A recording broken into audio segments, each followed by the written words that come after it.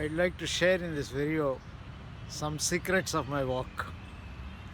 I call it secrets because some of what I'm going to be talking about may surprise some of you. I am known as author of over 60 books, authored, co-authored, edited, co-edited. And I am largely known as a HRD person. In fact, in 90s, people used to call me HRD Rao. And HRD network as a TV Rao network or TV network. It's all changed now because we did whatever we did in a planned way to build an institution that is not known by any one particular person or a group of people. But when people tell me you are a HRD person, I quite often say, I am not a HRD person that way. I am not a HRD man, HRD professional. We invented HRD, but that does not make me a HRD professional, if you want to look at it. But if you define human resource development in a broad way, where it deals with constantly helping people to discover their potential, multiply the potential, apply it in a variety of settings, and if you treat HRD as life, then I am a HRD person. That is the reason why I say every person is his or her own HRD manager. Whereas HRD professional normally is defined as one who has received training, a formalized training in human resource development and gone through probably a degree and has a certification and all of it. Well, my degrees and certifications are a lot more in science, mathematics, physics and chemistry, which was my original degree. Later in education. Education is HRD, I think nowadays. That is the way we treat it. And masters in psychology and PhD in psychology, specifically educational psychology. Very few people know me as a researcher. But when I look at the kind of researches that I have done, I am myself sometimes amazed. I have done a lot of researches, not all of which have led to publications. I want to list some of these researches. I started with a study of organizational climate and productivity in small-scale industries. 8 units were studied in Hyderabad, and workmen were studied in terms of their productivity using work sampling technique.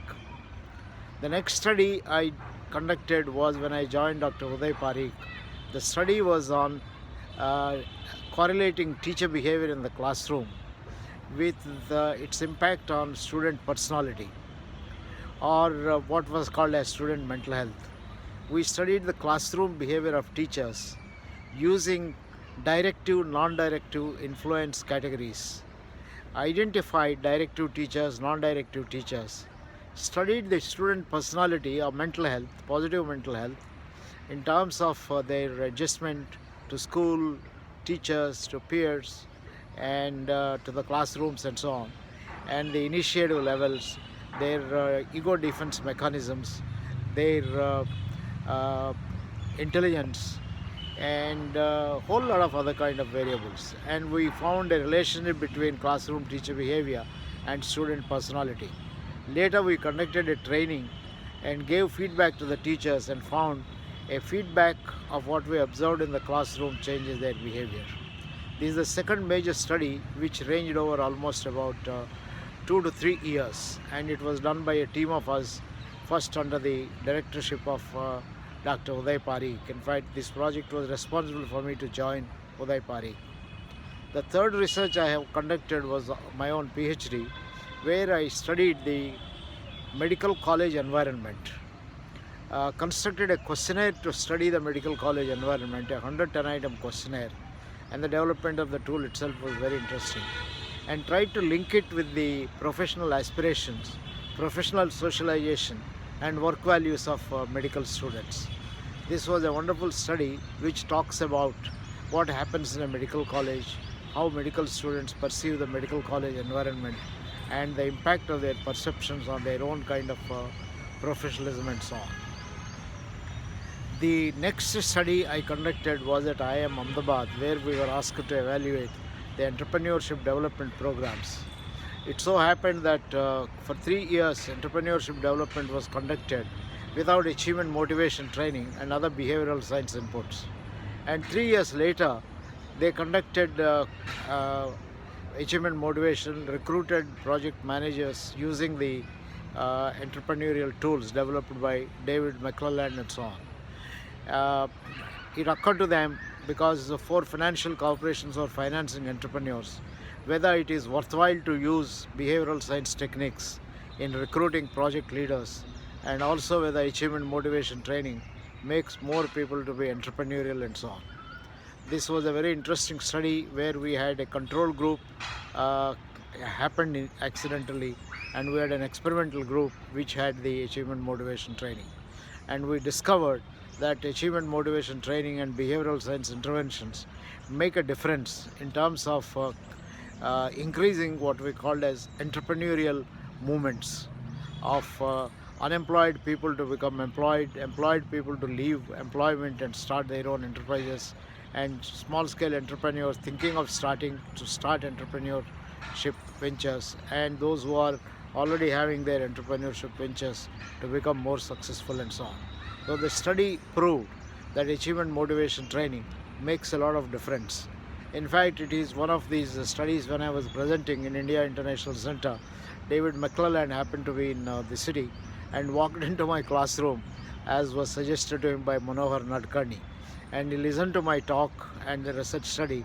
He was impressed by it, and then he invited me to join him at Harvard University for 3 months as a kind of a research associate to work with him on the new scale he was developing, psychosocial maturity scale. I carried a lot of TAT stories there, adapted the the TAT stories, and developed an Indian version of the psychosocial maturity scale with Abigail Stewart, who was teaching at Wesleyan University, Connecticut. Abigail now is a professor at the University of Michigan in the psychology department. This can be called as a fourth research study. The fifth research study, which I should mention, is extending whatever I have studied on medical college environment to other professionals. I attempted to study, using a different kind of a scale, the perceptions of the institutional environment in business schools like IIM Ahmedabad, IIM Calcutta, and schools of social work like the School of Social Work in MS University, Baroda, Udaipur School of Social Work, and in medical colleges. I have taken these three professions and studied perceptions of the environment and the extent to which they satisfy the needs of the students. I used a tool based modified version of the Stern's Activities Index to measure what we called in those days as need press gap. That is the gap between what you want and what you get from the environment and so on. This is a major study, and immediately after this we formed an education group at IIM Ahmedabad, which included Ravi Mathai, Uday Parikh and myself. And the three of us together were asked to implement, or actually were asked to help the Gujarat University, Agriculture University. The Gujarat Agriculture University was formed in 1974, combining three different campuses at Anand, Junagadh, Valsad, and there was a fourth campus at Dantewad, which is supposed to be coming up.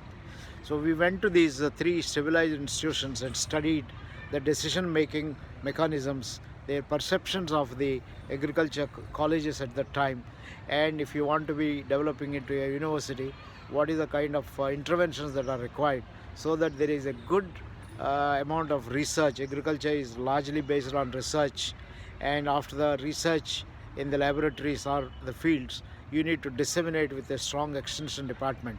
So research, education, and dissemination, all the three things to be linked, which was later, I think, extended by Uday Parikh, Ravi Mathai and Ranjit Gupta to another university, Mahatma Phule University at Pune, and then we wrote a book called Management Process and Universities. There was another study, I think this was the time when we were working on health systems, where I was invited by my colleagues at IIM Ahmedabad to be a part of their team. And we were to identify what are the areas where management interventions are required. When I toured around UP, particularly the three districts, Sultanpur, Raebareli and Pratapgarh, we discovered that we have absolutely no clue of the way the field level workers are impacting the clients or the public in terms of communicating health practices or family planning practices. So I created a study called Worker Client Transactions, where we actually followed workers, which includes lady health visitors, ANMs, block extension educators, and all the health staff, family planning health assistants, and so on, working in a primary health center. We took two primary health centers, Amethi and Kurebhar.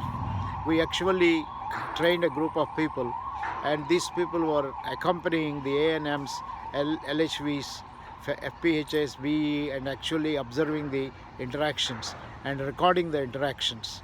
And then we discovered that most of their interactions were very insensitive to the needs of the public. So we designed an intervention where we uh, we called these staff for a training program. It was a 5-day training program in the primary health center at Kurebhat. We were all housed in one of the uh, dock bungalows there, and we were living there. And the entire study aimed at helping them to relook at their own transactions, for which I think I have borrowed heavily from our original study of teacher behavior and student mental health. Now here this was the worker client transactions. What is the kind of work patterns you have, what is the impact that you have on the clients, and how are you able to get more, fulfill more of your health or family planning targets and so on. The study unfortunately had to be stopped in the middle because of emergency at the time and some riots that were happening during that period around on our way to Sultanpur district and so on. But the study proved that if you want to be effective family planning or health worker, you should look at people as people, not as family planning targets. This was the biggest kind of a. So this book unfortunately was not published, and almost about 40 years later, I sent a couple of IIM Udaipur students to go to both these primary health centers and observe if there is any change in the behavior patterns of the people. Of course, the study could not be carried out the way we designed because most of the workers retired were not existing, and the entire nature of the health and family planning program has changed. But this was a study conducted in 1975, repeated in the year 2016-17 with very interesting kind of results. Friends, after these number of studies which I have talked about, another important study that we conducted out in 1978 was a survey of the adult education programs in Rajasthan, for which my colleague T.V. Rao, myself, Deepthi Sethi, all of us went. We visited many villages, actually visited centers, and saw how adult education programs are having impact. This is one which resulted in a book form, Adult Education for Social Change, by Anil Bhatt, T.P. Rao, and myself. These were the studies up to 1983-84 that constituted almost about 15-16 years of my work life. Post 85, when HRD became popular, most of my researches were case studies or survey research, which is based on the HRD practices. So I'm not covering in this video my work on HRD because most people know my work on HRD, 360-degree feedback, assessment centers, and things like that. But this part of the video, I hope will make it very clear that to the TV Rao, there is a lot more background and a lot more as a researcher, and the researchers were largely in terms of working on teachers and so on. I hope you will enjoy this video, and all the best.